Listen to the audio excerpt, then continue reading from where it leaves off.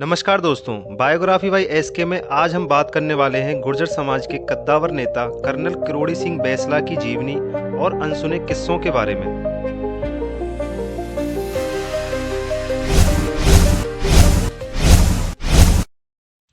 इनका जन्म 12 सितंबर 1939 को राजस्थान के करौली जिले के मुड़िया गांव में हुआ। बैंसला जी भारत के पूर्व लेफ्टिनेंट कर्नल और गुर्जर आंदोलन के प्रमुख नेता थे। बाद में ये पटरी वाले बाबा के नाम से मशहूर हुए। इनकी पहचान सफेद धोती कुर्ता व लाल पगड़ी से होती थी। इनकी बुनियादी शिक्षा गांव में हुई। बाद में भरतपुर के एमएसजे कॉलेज और फिर जयपुर के महाराजा कॉलेज से आगे की पढ़ाई की। प्रारंभ में इन्होंने अंग्रेजी शिक्षक के रूप में अपनी सेवाएं दी। 1961 में वे भारतीय सेना में शामिल हुए। इनके पिताजी भी भारतीय ब्रिटिश सेना में अपनी सेवा दे चुके थे। सेना में रहते हुए बैंसला जी ने 1962 के चीन युद्ध, 1965 और 1971 के पाकिस्तान युद्ध में हिस्सा लिया। 1965 की जंग में वे पाकिस्तान की जेल में कैदी भी बने। 30 साल की सेवा में वे लेफ्टिनेंट कर्नल बने और 1991 में रिटायर हुए। सेवानिवृत्ति के बाद गांव लौटकर उन्होंने गुर्जर समाज के लिए आरक्षण की मांग के लिए आंदोलन शुरू किया। आरक्षण दिलाने के लिए उन्होंने ऐसा कदम उठाया जो इतिहास में हमेशा के लिए दर्ज हो गया। रेलवे ट्रैक पर धरना। हजारों लोग रेलवे पटरियों पर बैठ गए और देश भर में ट्रेनें थम गईं। इसी वजह से लोग उन्हें पटरी वाले बाबा कहने लगे।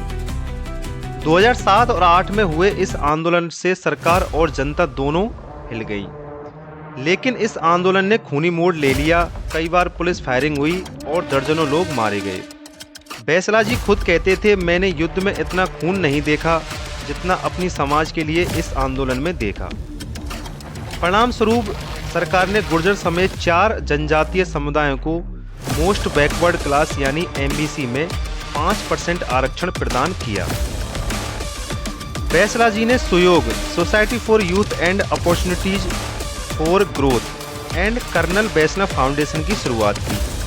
यहाँ गरीब बच्चों को पढ़ाई, नौकरियां और स्वास्थ्य सुविधाओं में मदद दी जाती है। वे हमेशा कहते, आरक्षण लड़ाई का हिस्सा है लेकिन असली हथियार है शिक्षा। 2009 में टोंक सवाईमाधोपुर क्षेत्र में इन्होंने बीजेपी के टिकट पर लोकसभा का चुनाव लड़ा, लेकिन विडंबना यह रही कि ये केवल 317 वोटों से हार गए। उन्होंने कहा था, मैं नेता नहीं एक सैनिक हूं और समाज के लिए लड़ना ही मेरा मिशन है। 31 मार्च 2022 को बैंसला जी का निधन हुआ। इनका अंतिम संस्कार गांव में सैनिक सम्मान के साथ हुआ। तिरंगे में लिपटे पार्थिव शरीर को 21 तोपों की सलामी दी गई। निधन से कुछ दिन पहले तक वे समाज के नेताओं से कहते रहे, मेरा शरीर बूढ़ा हो गया है लेकिन मेरी आत्मा अब भी पटरी पर बैठने को तैयार है।